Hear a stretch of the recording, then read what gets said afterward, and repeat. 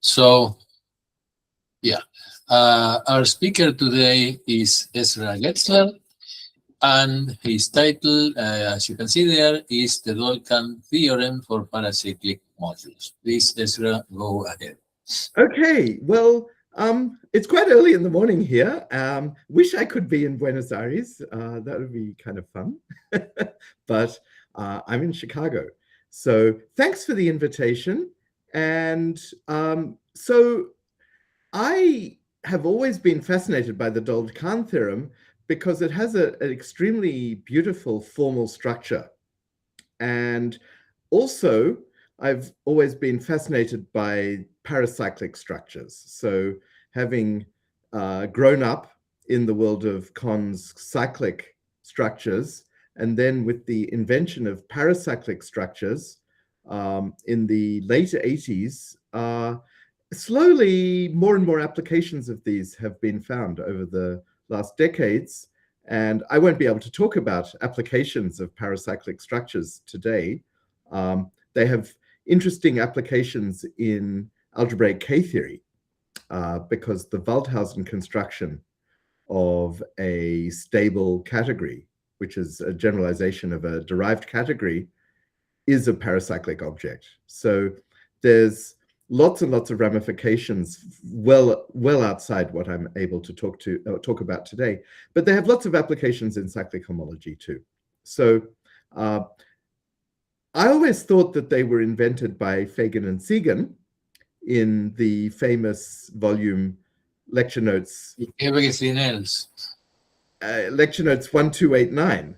That's the only lecture notes series, Springer Verlag, that I always remember the number of, because every paper in that is remarkable. But actually, it turns out, I realized recently that they had earlier been introduced by Dwyer and Kan.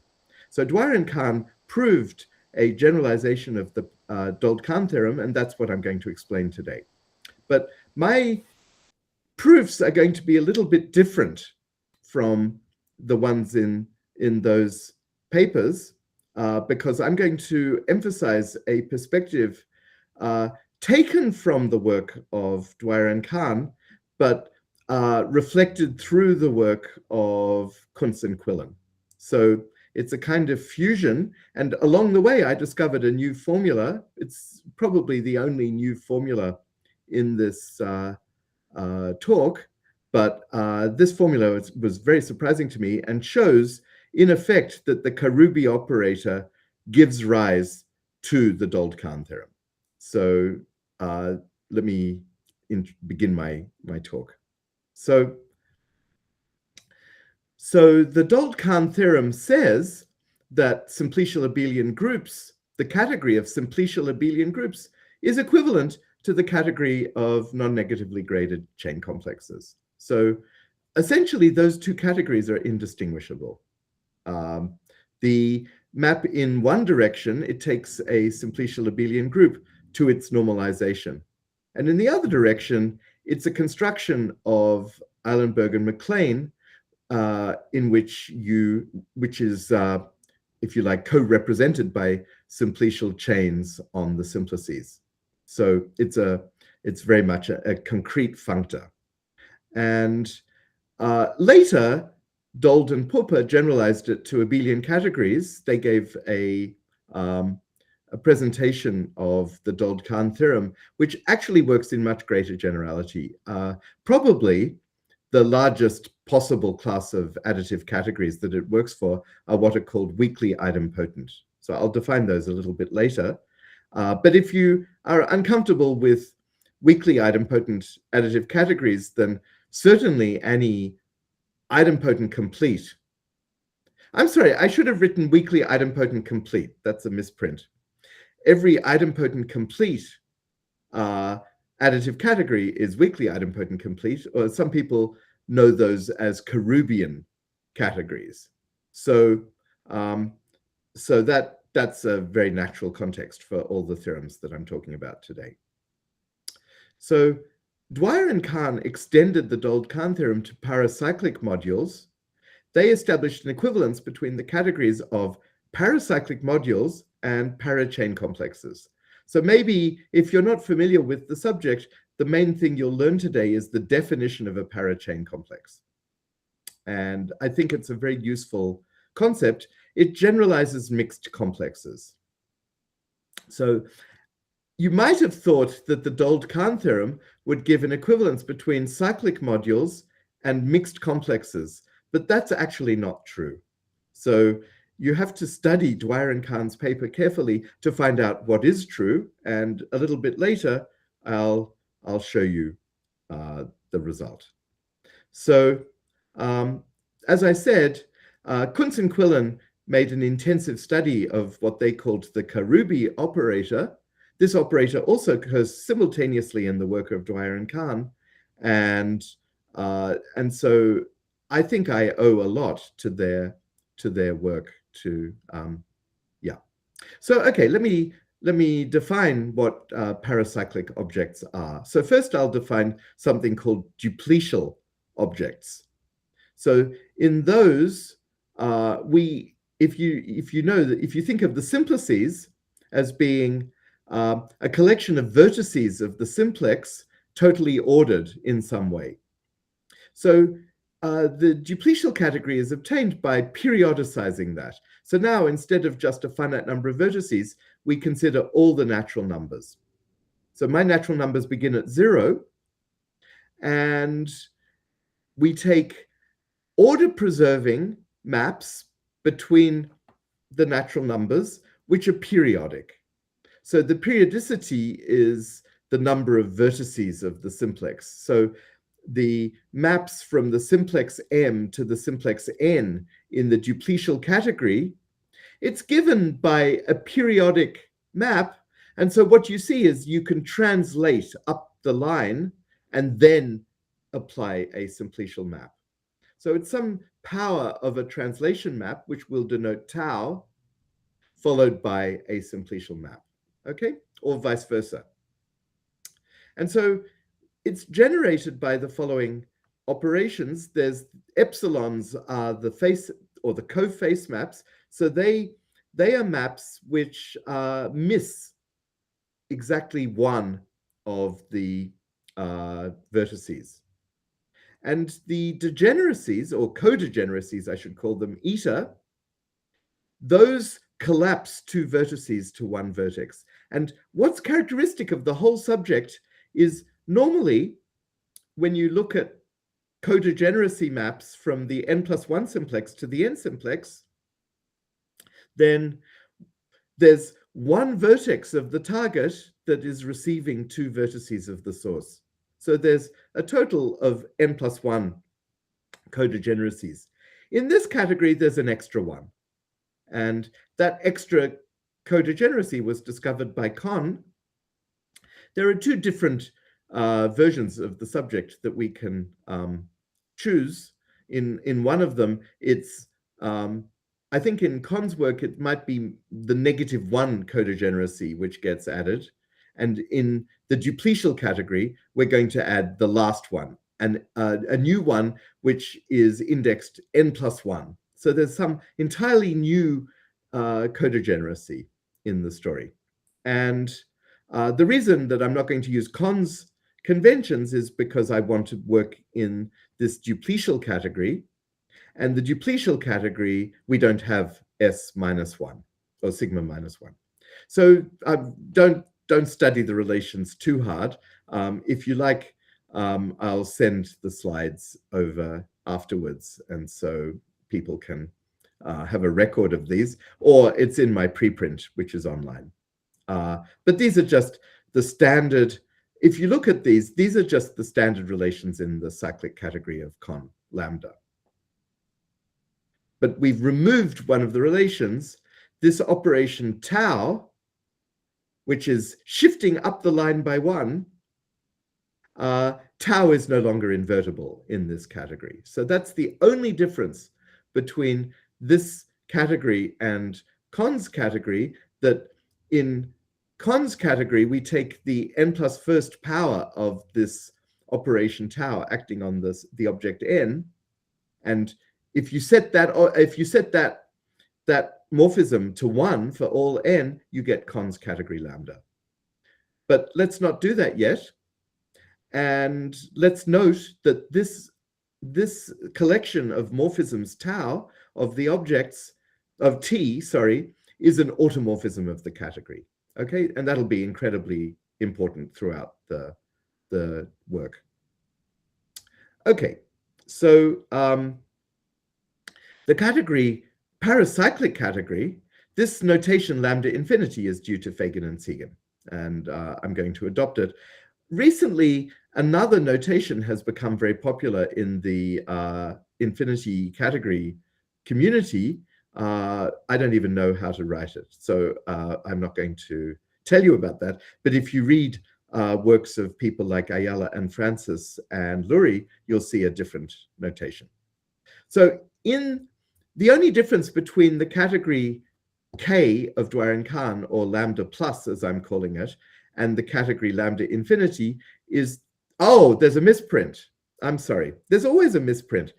This should be Z, not N.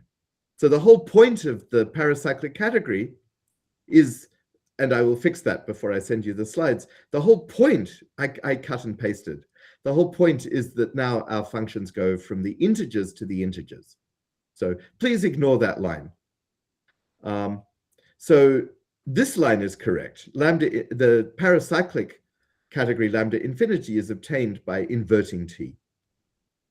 And now comes a really important point in the whole presentation. Both of these two categories are isomorphic to their opposite category. Kan discovered this property for the cyclic category lambda, and I'm going to adopt a slightly different isomorphism with the opposite category than the one that's used for lambda, so that it restricts to lambda plus. And what this does is it exchanges the face maps with the degeneracy maps and reverses the indexing. So what happens is the faces, well, the cofaces here, these are in the contravariant direction. The epsilon I going from 1 to n, they exchange places with the degeneracies eta 0 up to n minus 1. And now we're missing one of the degeneracies, eta n.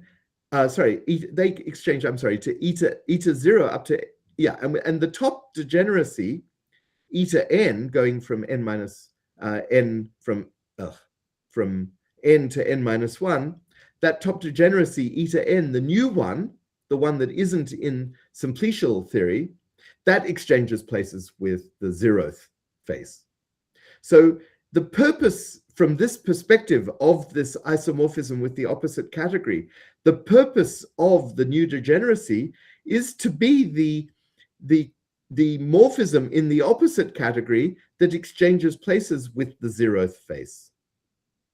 And somehow the 0th face and the last degeneracy have a key role in the whole subject, and I'm going to give them a separate notation to indicate that. So let's see how that goes.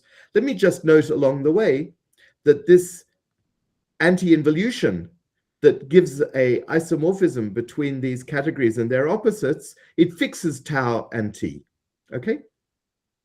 Because tau is the composition of the 0th face or 0th coface and the last codegeneracy. And if you exchange those two and reverse the order of composition, you get the same operation. So Kan's category lambda has the relation capital T is 1. And this gives a new proof that Kan's category is isomorphic to its opposite. And I want to note that the paracyclic category, and hence Kan's category, are generated by these operations. They have the 0th face, the last degeneracy, and the inverse of this automorphism. And in the case of Kan's category lambda, it's a relation that this automorphism is equal to 1. Okay? So then we have a subcategory, which is delta, which everybody's familiar with. in which we throw away the last degeneracy. And then we have the subcategory in which we throw away also the first face, the 0th face. And the category delta is not isomorphic to its opposite, but the point of the Dold-Kan theorem is that this subcategory of delta is isomorphic to its opposite. So somehow the whole Dold-Kan theorem is the study of this subcategory delta star. This delta star is not the usual notation. I just adopted it for this talk. Okay? Any questions before I go on? So that's a lot of categories I've introduced. Have I lost everyone? Oh dear. No. It's okay. This is relatively familiar. If you're coming from operator algebras, this is a little bit boring, but that's what the subject's about. So hopefully we're going to touch reality a little bit in a moment. Okay. So the most general situation in which you can do the Dold-Kan theorem is weakly idempotent complete categories. So a retraction, they're also known as a cosection. So everybody knows what a section is. A cosection is a section in the opposite category. So that's also called a retraction. And a weakly idempotent complete category is an additive category where every retraction has a kernel. So it's weaker than an idempotent because not every idempotent is a retraction, but it's a very natural condition. And it turns out that we don't need idempotent completeness in order for the Dold-Kan theorem to hold. Weak idempotent completeness is sufficient and seems to be the correct. I have a suspicion, I haven't checked this, that you can define weak idempotent completeness as the Dold-Kan theorem holds. So I'm going to call objects of this additive category modules. The category is calligraphic A. So we'll introduce 4 different categories: paracyclic, dupletial, cyclic, and simpletial modules. So those are presheaves, contravariant functors on lambda infinity, lambda plus, lambda, and delta. So let's start with delta. So everybody knows then, delta simpletial modules are just contravariant functors from delta to our additive category. Cyclic modules are contravariant functors on lambda. The remaining 2, dupletial and paracyclic, are due to Dwyer and Kan, and then the paracyclic is also due to Fagan and Segan. Dupletial is a contravariant functor on this lambda plus.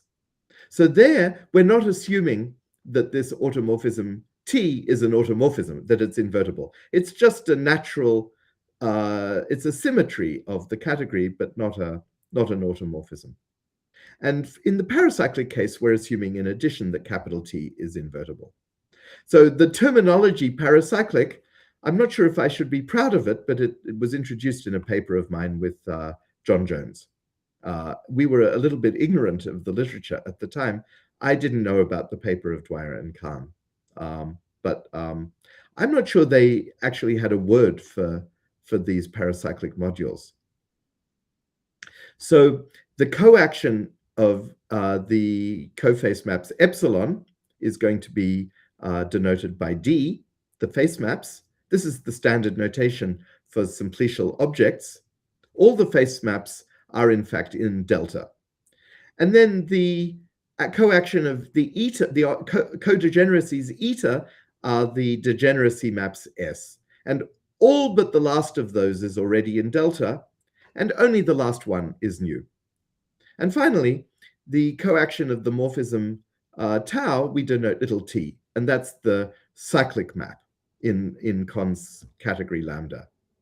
And as I said, I'm emphasizing the role of the 0th face map and the last degeneracy map, and so I'm going to give them special notation. So if you only remember one thing from these first few slides, you have to remember this notation. Okay, so let me pause here and try to remember that little delta is the 0th face map, and little sigma is the last codegeneracy. That's the one that's only in lambda plus or lambda infinity or lambda, but not in delta, okay? And it's very convenient to put the extra sign in because then I remove all the signs from my formulas. So this is just a little technical innovation that I made in writing this talk. Okay, so we'd better have an example or the talk will be completely confusing. So let's take the case where our additive category is also a tensor category, so it has a symmetric monoidal tensor product. So if I have an algebra A and an endomorphism alpha, then I can tensor up, oh shoot, okay, again, I have a misprint. It's the n plus first tensor product. So it's amazing. I looked at these slides 100 times, but here we have a misprint. Okay, so the n plus first tensor product of A is Mn. And so M0 is A itself, M1 is A tensor A. So this is just like in the cyclic Hochschild chains that Kan and Quillen study. So here's the structure. So the face maps should be fairly familiar. The only twist is that the last face map, we put the automorphism, the endomorphism into the formula. As for the degeneracies, the first n plus one of them are very familiar. And the last one is the extra degeneracy of Kan and Quillen. Okay, so notice we've put the, oh, did something happen? No, I just wanted to ask a question. Oh, yes. You're right. You say that alpha. You say that alpha is an endomorphism. Right? For the moment. Okay, let me show you. But then there is an alpha minus one. There is an alpha power minus one. So if alpha, oh, you're right. Okay, sorry. There's this doesn't work. Okay.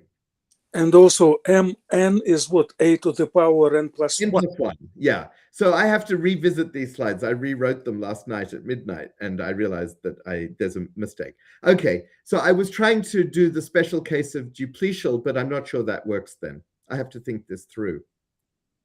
So it could be my conventions are wrong. Yeah. So take alpha to be an automorphism, and then we get a paracyclic module. So there's no dupletial object. Okay, so I have to rewrite this slide. So if alpha is, so the slide should have read, if alpha is an automorphism of A, we get a paracyclic object. And if alpha is the identity map, then we get a cyclic object. We get the standard cyclic object, in fact. Okay? So I'm a little bit confused by this. Unfortunately, I seem to have made my conventions have gone a bit haywire. So I think it can probably be fixed, but I don't think it's important to fix it. Okay, so I'll rewrite this slide also before I send it in. Any more questions about this example? So we're about to define the normalized chain complex of a paracyclic object. And in this case, we're going to get the Hochschild complex, of course. Okay, so now we get to the Dold-Kan theorem. So maybe I'm giving too much detail, but given the module Mn, I consider a sequence of modules defined from it by iteratively taking the kernels of the face maps, starting with the top face map, and working our way down. And as we iteratively take those kernels, after we get down all the way to the kernel of delta 1, the first face map, we get the normalized chains. So the point is that each of those morphisms is a retraction. And so by the weakly idempotent condition, the kernel exists. And so finally, we see that weak idempotency weak idempotent completeness guarantees the existence of the normalized chains.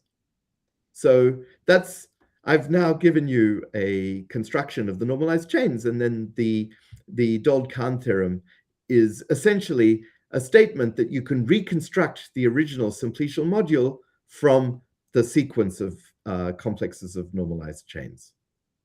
So what's remarkable is these normalized chains form a chain complex, and the differential is the zeroth face map.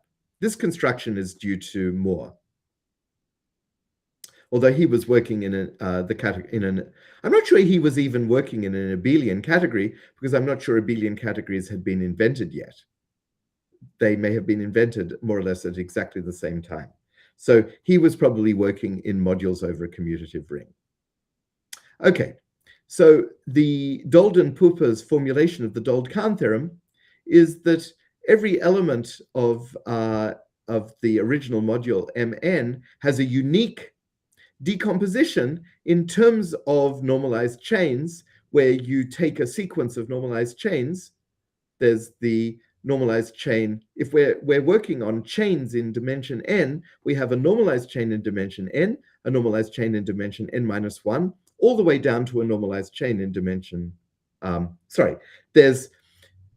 take that back. There's binomial coefficient normalized chains in dimension n-k. So the number of normalized chains in dimension n-k is n+1 choose k+1. And so from that sequence of normalized chains, we can reconstruct the original element of the module. So that's essentially the Dold-Kan theorem. And the proof is to write down this explicit idempotent whose image is the normalized chains. This idempotent, I think you can already find this hiding in the work of Eilenberg and MacLean. It was written down somewhat explicitly by Dold and Popper. And the thing I want to emphasize about this idempotent is that it uses all but the zeroth face map and all of the degeneracies in delta, but it doesn't use the new degeneracy of cyclic and paracyclic categories, and it doesn't use the zeroth face map. Okay, maybe I should linger over that a little. The other thing I want to mention about this is if I apply that anti-involution that takes delta star to itself and lambda to itself, it takes this idempotent to itself. So this idempotent is a very special operator. It's taken into itself by the anti-involution that takes lambda to its opposite category. I think that's a very important observation. Okay. And so then the Dold-Kan theorem, one formulation of the Dold-Kan theorem is normalized chains can be written both as a kernel and as a co-kernel. And when you write it as a co-kernel, that's maybe more familiar. You write it as the quotient of the degeneracy maps. But the point is that this formula for the idempotent explains that these two modules are naturally isomorphic. And so, or to put it differently, the map from the kernel to the co-kernel is an isomorphism. That follows from the fact that this idempotent exists. And to finish this, the whole story, the idempotent is homotopy equivalent to the identity map. In other words, the complex calculating the normalized, the complex, I haven't written down the differential little b, but the differential little b is the alternating sum of the face maps. That differential is homotopy equivalent to the normalized chain complex. And that's obtained by looking at this completely explicit homotopy. And so that's my complete discussion of the Dold-Kan theorem. So notice, as I said, that the idempotent and the homotopy only depend on the underlying delta star structure. They don't depend on the zeroth face map at all. Okay? So now I come to the paracyclic case. So suppose I have a dupletial object. Then the Karoubi operator is given by this explicit formula. You take the last degeneracy followed by the zeroth face map plus the zeroth face map followed by the last degeneracy. And I just remind you that in my sigma, I've put a sign. So I've absorbed all the signs that usually occur in the discussion of Cuntz and Quillen. And the other thing to observe is that the first term is exactly t, or rather -1 to the n times t. So it's the cyclic map. So the whole point of the Karoubi operator is that it's a lift of the cycle, which we will see has an alternate expression in terms of just differentials.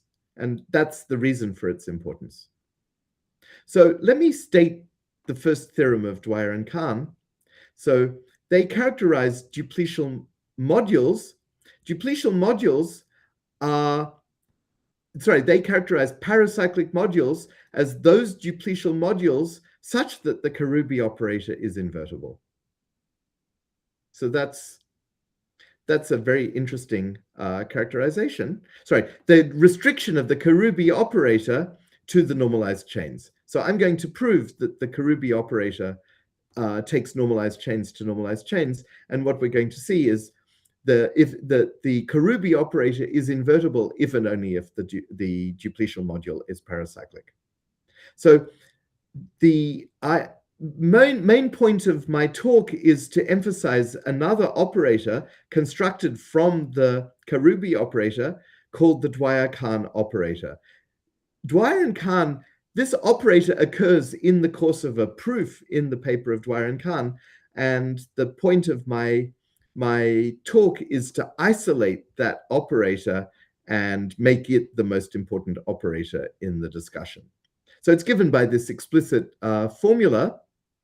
The punchline is that for cyclic modules, this operator is the same operator as the projection that I gave you earlier, the projection of Dold-Kan. So the Dwyer-Kan operator is some sort of generalization for paracyclic modules of the Dold-Kan, the Dold-Puppe projection. So I'm going to, this is not exactly the theorem of Dwyer and Kan, but this is my reformulation. It's a little bit more elegant than the formulation of Dwyer and Kan. A paracyclic module is cyclic if and only if the Dwyer-Kan operator is idempotent. It's quite a elegant, I think, formulation of the story. So okay, now the remainder of my talk is a proof of this theorem. So any questions?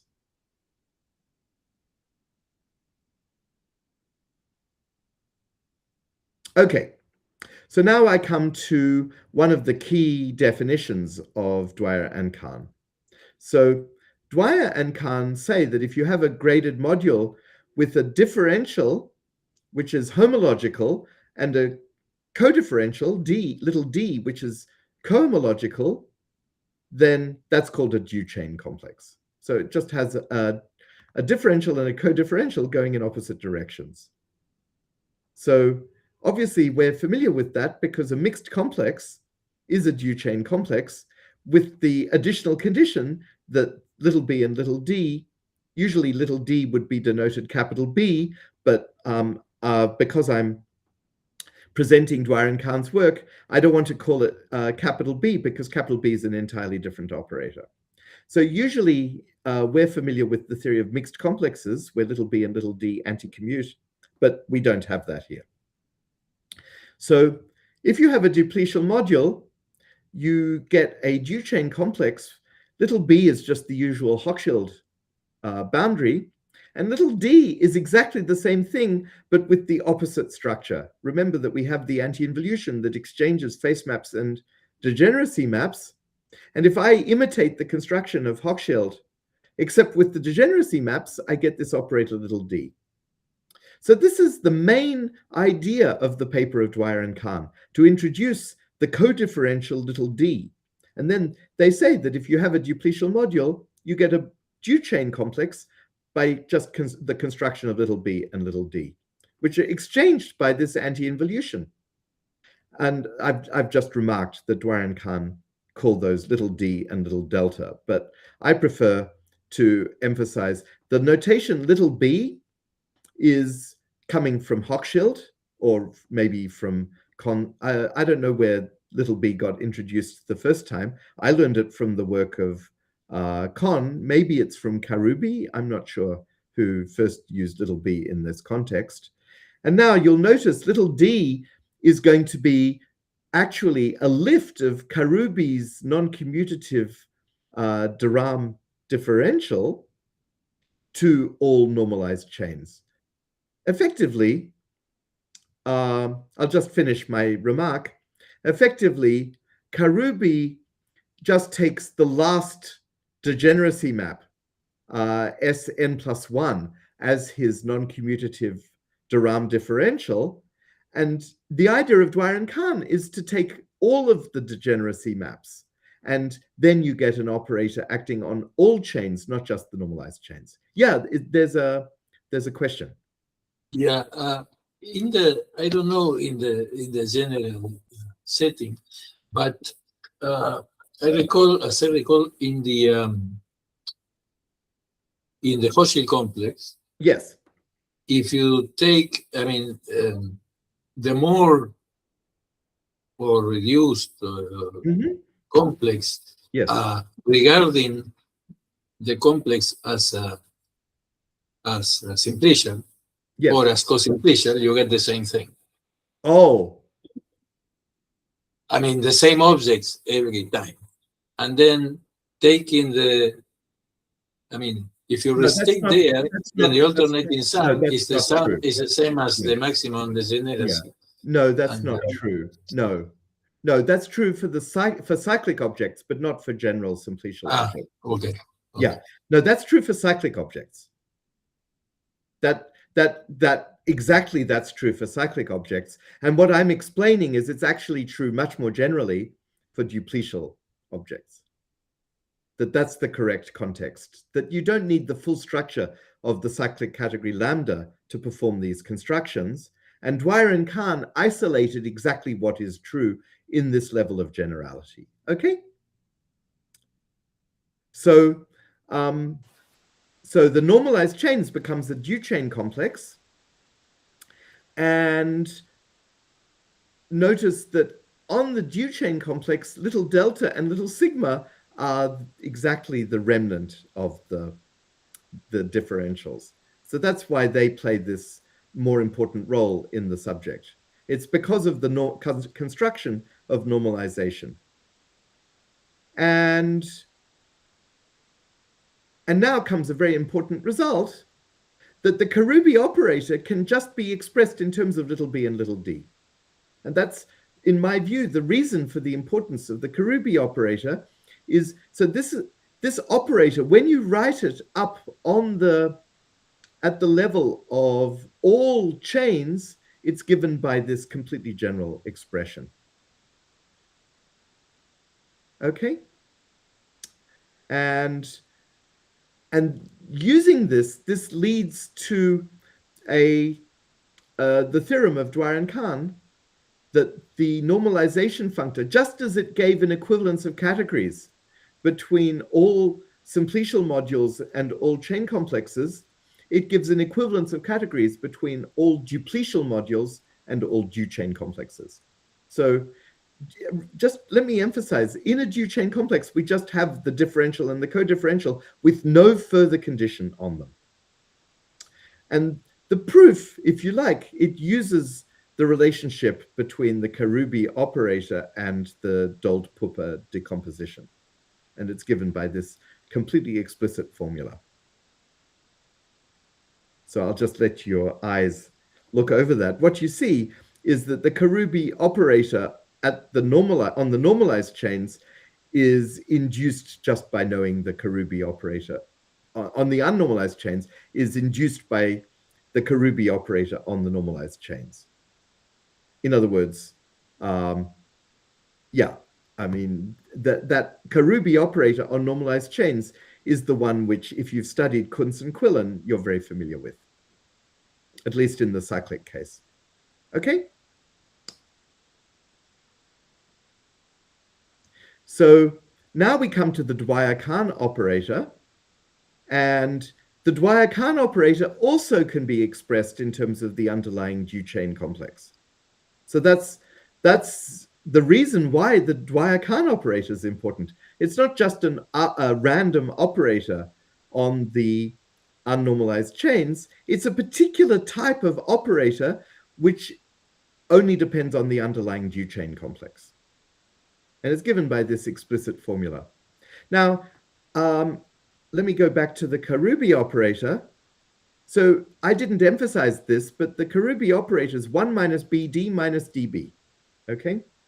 And the point is, because D squared is 0 and B squared is 0, it factorizes into these into the composition of 1 minus BD and 1 minus DB, and those two operators commute with each other. And so in particular, the Karoubi operator is invertible if and only if both of those operators are invertible. So now the Dwyer-Kan operator can be expressed as powers of those two operators. One of them is raised to the power n plus 1 and the other to the power n. There are many different ways to read this definition of the Dwyer-Kan operator. And finally, I should mention that both little b and little d commute with the Karoubi operator, so we can move d and b through the formula. So there are dozens of different formulas for the Dwyer-Kan operator in terms of little b and little d. But okay, but in any case, it's quite explicit. And from this formula, we see that the Dwyer-Kan operator is chain homotopic to the I'm sorry, this is a mistake. It's not chain homotopic to the identity, it's chain homotopic to the automorphism T. And the proof is through the Kan operator. This is, I lifted this formula from the work of Cuntz and Quillen. So the Kan operator in the paracyclic case gives a homotopy between pi and capital T. I apologize for the misprint. Yes, question. So is Kan the square of the Kan operator 0 in the general case? Yes, because D commutes with kappa. And D yeah, is 0. yeah. Yes. Okay. So this is already, I mean, Quillen discusses this incredibly fast, and I always got confused when I think I maybe went to one of Quillen's original lectures on the subject back in the 1980s. And Quillen, you know, for him, it was so obvious that this gives an alternate treatment of cons. I think that actually this operator equals the cons. Maybe I should have called it the Consigan operator. This operator equal on the normalized chains. This is the same operator. On the unnormalized chains, this is a different lift. And it maybe has some advantages because, as I said, it's completely expressed in terms of little d and little b. So it only depends on the underlying Due-chain structure. So that's this basic idea of Dwyer and Kan. And then I'll just remark that you can take the opposite story. So for the differential little d, there's a contracting operator capital D. And if you imitate the construction of cyclic homology with little d and capital D, you obtain the theory of Ginsburg and Schedler. So I don't know how to interpret that, but they have all these formulas, and it turns out that their formulas are exactly given by little d and capital D, except that they're working on the normalized chains, and so the structure is not instantly apparent, but it becomes rapidly apparent once you know about little b and little d. So I just want to remark that this anti-involution carries the two theories back and forth into each other. Okay, so the major new result of the talk is that the Dwyer-Kan operator is essentially the automorphism T on the normalized chains. And in particular, for a cyclic module, the Dwyer-Kan operator equals the idempotent of Dold-Kan. And as far as I know, this is a completely new result. I don't think anybody noticed, because nobody was studying the Karoubi operator from ab initio on the unnormalized chains.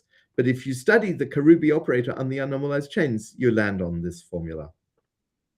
So this gives a characterization of cyclic modules, which is in the work of Dwyer and Kan. They say a cyclic module is a module such that the restriction of their operator to the normalized chains is the identity. And I reformulate that as saying that the Dwyer-Kan operator on all chains is idempotent, that those two statements are equivalent by this theorem. And if you multiply the Dwyer-Kan operator by 1 minus dB, you get kappa to the n plus 1, and that formula is one of Cuntz and Quillen's basic formulas in their approach to non-commutative geometry. And that lifts their formula to all dupletial modules. And finally, we get this completely general formula for the automorphism of a dupletial module. It's given by the action of the Dwyer-Kan operator, which is given by this completely explicit formula in terms of the duchain structure. And so you can reconstruct the action of the automorphism in that way. And then, as I said, a cyclic module is simply a module such that capital T is the identity map. And hence, the operators capital little pi, the Dwyer-Kan operators, are all equal to 1 on normalized chains. Yes? Sorry to bother you again. No, please. That's the in Cuntz and Quillen work, there is this harmonic projection. That's true. Something. Yes. Does this show up somehow? No, I'm not. No. So what happens? Yeah, and also in the work of Ginsburg and Getzler. So I think they're working in sort of the opposite setting, and they also use this harmonic decomposition, but for little d and capital D. Yeah. Okay. So when you talked about the Ginsburg-Getzler setting, yes. I got lost in whether you meant, I mean, which letters were capital and which letters were small. So yes. did you mean that they use big D and or small d? I got so confused. for Kan and Siegen, we have little b and capital B. And little b involves the face maps, and capital B involves the extra degeneracy, or if you like, all the degeneracies. Whereas in Ginsburg and Getzler, the operator little d is expressing the non-commutative differential. Mm-hmm. So that involves the degeneracies, and we move the face maps into capital D, which is sort of plays. So we've reversed the roles of face and degeneracy in the construction of cyclic homology, but the point of their work is that you can reconstruct cyclic homology using these reversed operators. Okay. And they have a harmonic decomposition for their situation also. But I guess it's the same harmonic decomposition because the Karoubi operator is the same for both stories. Yeah. Now, back to your question. The point is that I'm presenting what's true for general dupletial modules. And for dupletial modules, there isn't a harmonic decomposition. That's something about cyclic modules.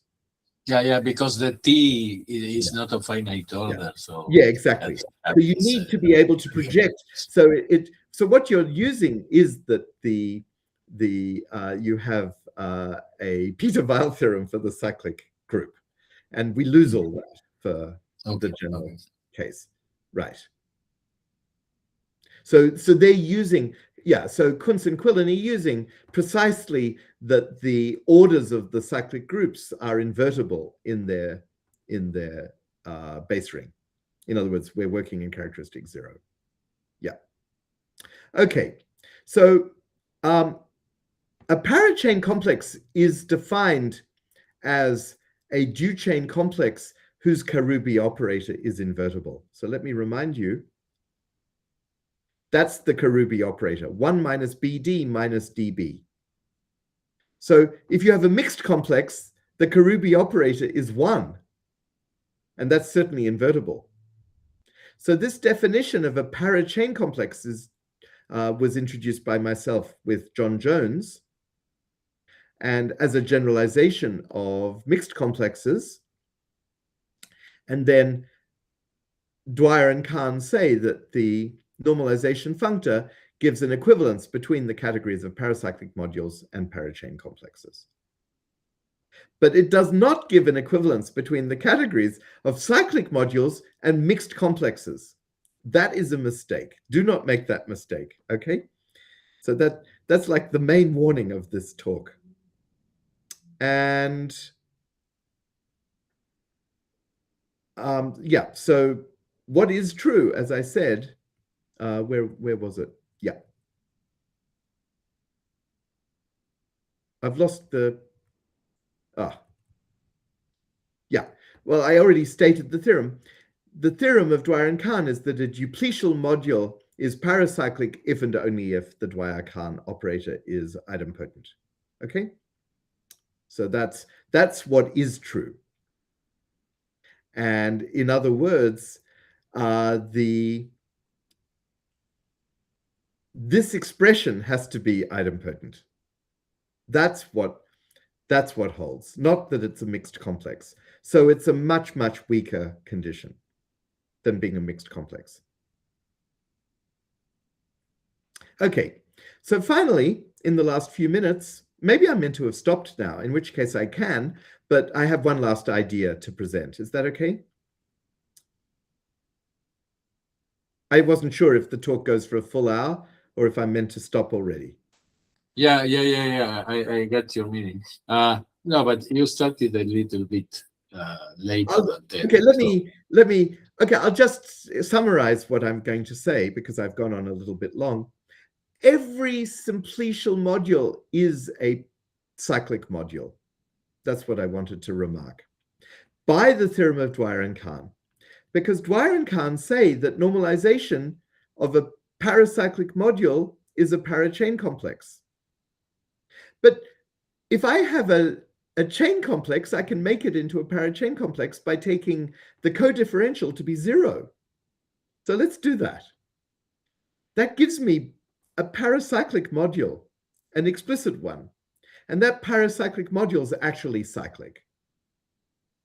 And now let's see what cyclic module we get. What I'm saying is every simplicial module secretly is a cyclic module. And it's a cyclic module in such a way that the extra degeneracy is given by this explicit formula in terms of the degeneracy maps. So we use the Dold-Puppe decomposition into normalized chains, and then we produce this rather complicated formula. Okay, so that's an explicit cyclic structure on every simplicial module. And now if I run the Dold-Kan theorem of Dwyer and Kan for this cyclic module, I get the usual Dold-Kan theorem. So in that sense, the Dold-Kan theorem is a special case of the Dwyer-Kan theorem, because the Dwyer-Kan operator for this specific cyclic structure on a simplicial module is equal to the usual idempotent. except that that gives a new contracting homotopy for this idempotent. This contracting homotopy, the Kan operator, capital B, is different from the one due to, that operator phi that I introduced earlier. It's first maybe explicitly written down by Epstein based on the paper of Dold and Popper, and it's implicit in the work of Eilenberg and MacLean. And now I want to finish my talk by just remarking that these two homotopies are themselves homotopic. If I compose the two homotopies, I get a homotopy between the homotopies. So in that sense, we have two distinct proofs that the normalized chains have the same homology as the full complex of, let's say, Hochschild. And the weird thing is that the two proofs are quite different, and only the second proof sort of fits in with cyclic ideology. So that's the end of my talk. Thank you very much. And as I said, I'll correct the slides and send them over, and then there are these small number of references. Okay. Thank you very much. Thank you very much. I have one further question. So, if you have you said that if you have a simplicial module, then this has associated cyclic module, right? That's right. And I wonder, so maybe it's implicit in what you said, but what is the cyclic homology of that? Is it the sum of the usual homology? The capital B operator is 0. So the capital B operator is 0. Okay. Yeah. Okay. So it's boring. Yeah. Because the additional degeneracy is the additional degeneracy is degenerate. Yeah. Okay. Okay. So this is what it corresponds to under this Dwyer-Kan correspondence. Right? Yeah, but the only reason I'm doing this is to show that the Dwyer-Kan operator is very general and allows you to reconstruct the usual Dold-Kan theorem. Okay. Yeah. Okay. Boris? Yeah, Boris has raised his hand. Do you have a question, Boris? You have to unmute yourself. I cannot activate your phone, your mic. Do you want to maybe text he left his Boris? hand. Maybe it's an accident, but if Boris is there, do you want to text me your message and I'll read it to the audience? I think Boris didn't mean to raise his hand because... Yeah. Let me just quickly see if he messaged me. I'm sorry, my another meeting is starting that Ezra maybe knows about. I think I have to leave. Oh, God. Okay. Yes, he's right. Okay. Oh, so he's raising his hand to tell us that he's leaving. Okay, maybe that's a good note to finish. Okay. Okay. I can socialize for a minute if people want to. Yeah, well, but I have to stop the recording before we do that. The recording, yes. I didn't